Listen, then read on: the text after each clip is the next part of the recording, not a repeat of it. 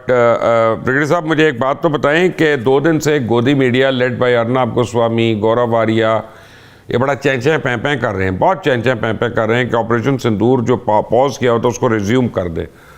تو کیا اس سناریو میں جب ایران انگیجڈ ہے، وہ امریکہ اور اسرائیل اور انڈیا اور افغانستان یہ اپیرنٹلی ایک پیج پہ ہیں، آپریشن سندور ریزیوم ہو سکتا ہے؟ دیکھیں دے کانٹ ڈیئر، ابھی یہ کچھ بھی نہیں کر سکے ہیں. دے آر فار بیہائنڈ اس. جو ہمارے پاس ملٹی ڈومین آپریشن جو تیاری کی ہوئی ہے چیف آف ڈیفینس فورسز کے ہیڈ کوارٹر میں، جو ہم نے ایک نیا سسٹم بنایا ہے اور جس میں land, air, cyber warfare, electronic warfare جو ہم نے کمبائن کیے ہیں، ڈرون وارفیئر، راکٹ، ایک ہم نے ایک نیا آرگنائزیشن بنائی ہے. ہم ان کا we can play help with them. یقین کریں ابھی ایئر فورس جو اڑا سکتے، ابھی وہ نہیں کر سکے جو کہا جو ہم نے کر لیا ہوگا. یہ ان کو ابھی 2-3 سال لگیں گے صرف اس کی تیاری کرنے کے لیے. اس لیے اس وقت یہ یہی کر سکتے ہیں، پراکسی کو یوز کر سکتے ہیں. یہ تو بلکہ اسرائیل کی پراکسی بن گیا انڈیا. اور یہ جا کے دیکھیں نا 3 ٹیررسٹ ملک مل گئے ہیں. انڈیا جو ٹیررزم کر رہے ہیں کشمیر میں اور اپنے اقلیتوں کے ساتھ، اسرائیل غزہ میں جو کر رہا ہے، اور ادھر افغان طالبان اور یہ جو فوجی یہ ادھر کریں، یہ تینوں ٹیررسٹ کا ایک بڑا خطرناک ٹوئکا بنا ہوا ہے. لیکن they can't dare look toward. ہم نے کانٹینجنسی پلاننگ جو ابھی کی ہوئی ہے، یقین کریں 50-60% ہم نے پہلے کیے، اس سے زیادہ ان کو نقصان ہو. اکنامک لاس ایسٹ میں جن کی ریفائنریز ہیں یہ دے ول بی سارٹڈ آؤٹ. اور یہ بھی وہ بات نہیں کہ فوجیں پہلے چڑھائی کرتے ہیں، پہلے دے ابھی یہ سافٹ ٹارگیٹ آپ ہوتے ہیں میزائلس، اور ایک انچ ایریا ہماری رینج میں ان کا ایک انچ. ابھی تو ہم نے صرف فتح 1 اور فتح 2 فائر کیا تھا، اور سائبر وارفیئر ہم نے سارے گریڈ اڑا دیے تھے. 80% 70% نیو دہلی ڈاک ہو گیا تھا. ان کے چیف آرمی اسٹاف کی پوری میٹنگ ہم نے ہیک کر لی تھی. تو یہ ابھی کچھ نہیں کر سکتے. میں آپ کو بتاؤں یہ صرف گدر پر کہ ہم نے عوام کو یہ ڈرانے کے لیے یہ رام گوسوانی اور یہ ان کے تو میں جاتے نہیں ہوں، اتنے مجھے رنگ کرتے ہیں. آئی سے I will never come in your they don't deserve. یہ سوائے پاکستان بیشنگ اور کیا کرتے ہیں. تو اس لیے ان کو، اور ان کو شرم بھی نہیں آتی ہے، ان کو دنیا کے سامنے ان کو مار پڑی ہے. پھر یہ they have the guts to talk it like this. Imagine کریں کہ پاکستان وہ اس لیے جب ہمارے سپاہ سالار کے خلاف ہے، ان کو جوتے جو اس نے مارے، منہ کھڑا کیا ان کا. آپ کے سامنے ان کا حال ہوا ہے. امریکن پریشان اس وجہ سے ہیں کہ ہم تو انڈیا کو سمجھتے تھے کہ یہ کہ چائنا کو کنٹین کرنے کے لیے اس کو استعمال کریں گے. یہ تو اتنے چھوٹے ملک پاکستان کو کنٹین نہیں کر سکے، تو یہ کیا کریں گے. اس لیے انہوں نے اب ان کے سے نظر ہٹا لی، آئسولیٹ ہو گیا نا بالکل دنیا. انیکا مجھے یہ بتائیے گا کہ سیکنڈ ورلڈ وار میں ایک ورلڈ آرڈر آیا، اور وہ تھا کہ پوسٹ سیکنڈ ورلڈ وار کے نئے مڈل ایسٹ میں کنگڈمز بننی تھیں، مملکتیں بننی، الائنسز بننے تھے، سیٹو، سینٹو، RCD، اس کے بعد یونائٹڈ نیشنز، اور پھر WHO اور یونیسکو اور یہ یو نیم اٹ، یہ سارے بنے. لیکن آج جب ہم دیکھتے ہیں تو یہ سب ریڈنڈنٹ ہو چکے ہیں. They are of no use. Are we coming to a point کہ جہاں پہ یہ ساری چیزیں انکلوڈنگ دا یونائٹڈ نیشنز جو ہیں ری وزٹ ہونے والے ہیں، اور انٹرنیشنل کورٹ آف جسٹس ہے. یعنی اس کی بات تو ایک مذاق ہے نا، کب سے نیتن یاہو کے اریسٹ وارنٹ نکال کے بیٹھا ہوا ہے، تو وہ ہر جگہ پہ اسٹیٹ پروٹوکول لے رہا ہے جا کے. آپ یہ دیکھیں نا کہ طالبان کو کسی ملک نے ریکگنائز نہیں کیا، انڈیا کے پاس ان کا فارن منسٹر جا کے بیٹھا ہوتا ہے ہر وقت، اس کو اسٹیٹ پروٹوکول مل رہا ہوتا ہے. تو اس کا مطلب ہے کہ یہ ادارے اب غیر فعال ہو چکے ہیں. تو are we fast coming to an area کہ جہاں پہ اب نئی چیزیں بننے والی ہیں؟ صاحب میں نے پہلے بھی عرض کیا، rule based world order collapse کر چکا ہے.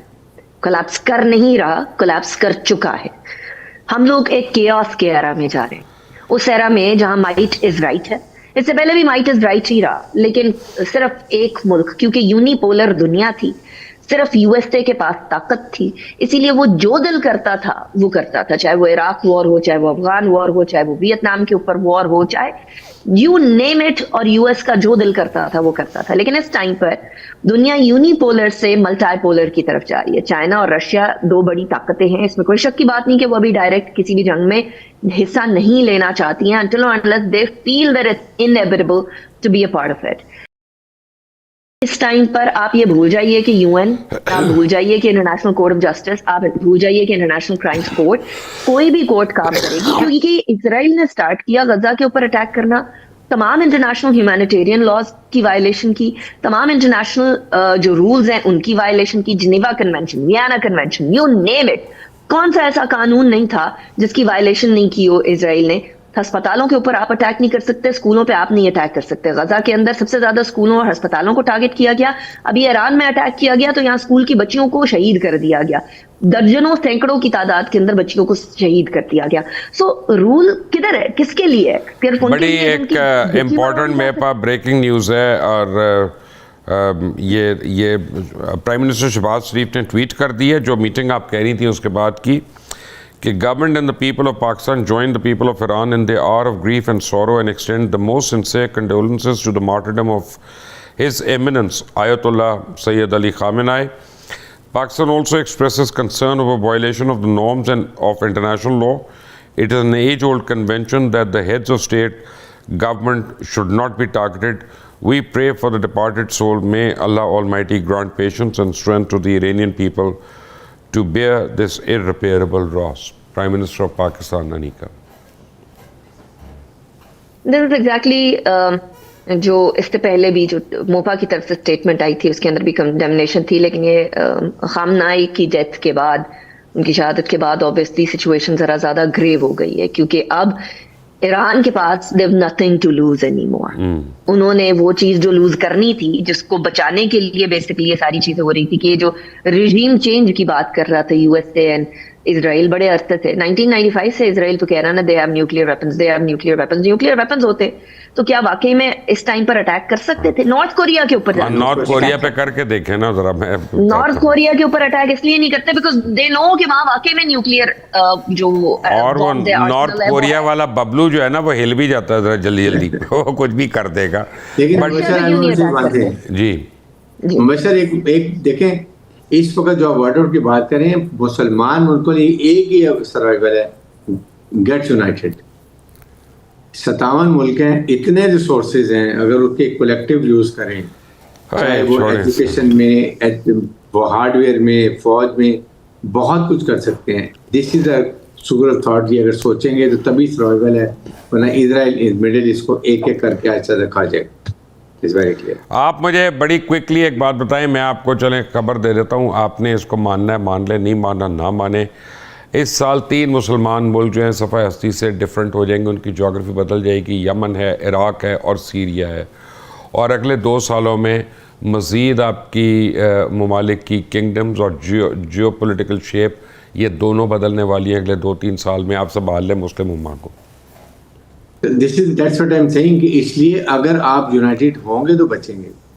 آپ یہ جس طرح کبوتر آنکھیں بند کر لیتا ہے نا، یہ مڈل ایسٹ کنٹریز آنکھیں بند کیوں نہیں ہیں؟ گریٹر ایسٹ میں آپ دیکھیں نا، کہاں سے نیل ریور سے لے کے ایسٹ میں اور ویسٹ میں جو گریٹ ریور جو ہے وہاں تک انہوں نے اپنا پورا ریڈ ایریا مارک کیا ہوا ہے. دس از آورس. اس میں سب شامل ہو رہے ہیں. کتنے پارٹ سعودی عرب کے ہیں، کتنا ایجپٹ ہے، کتنا جارڈن ہے، کتنا اور ممالک ہیں. So when you know it and then you're not uniting yourself, then what will happen to you? پیسہ سارا آپ کا باہر ہے، پورے مڈل ایسٹ کے اوپر امریکہ کا قبضہ ہے. آئی ریپیٹ، قبضہ ہے. یہ چوائس نہیں ہے، یہ پھنس گئے ہیں، لا کے بیٹھ گئے. پھر آپ کیسے کہتے ہیں ایران نے غلط کیا؟ پھر تو اس نے صحیح کیا. دیکھیں ایران نے نہیں غلط نہیں کیا بالکل. وہ اگر وہ جا رہے ہیں تو وہ ان کے بیسس پہ جا رہے ہیں، وہ ان ملکوں میں اٹیک نہیں کر رہے سویلین پہ.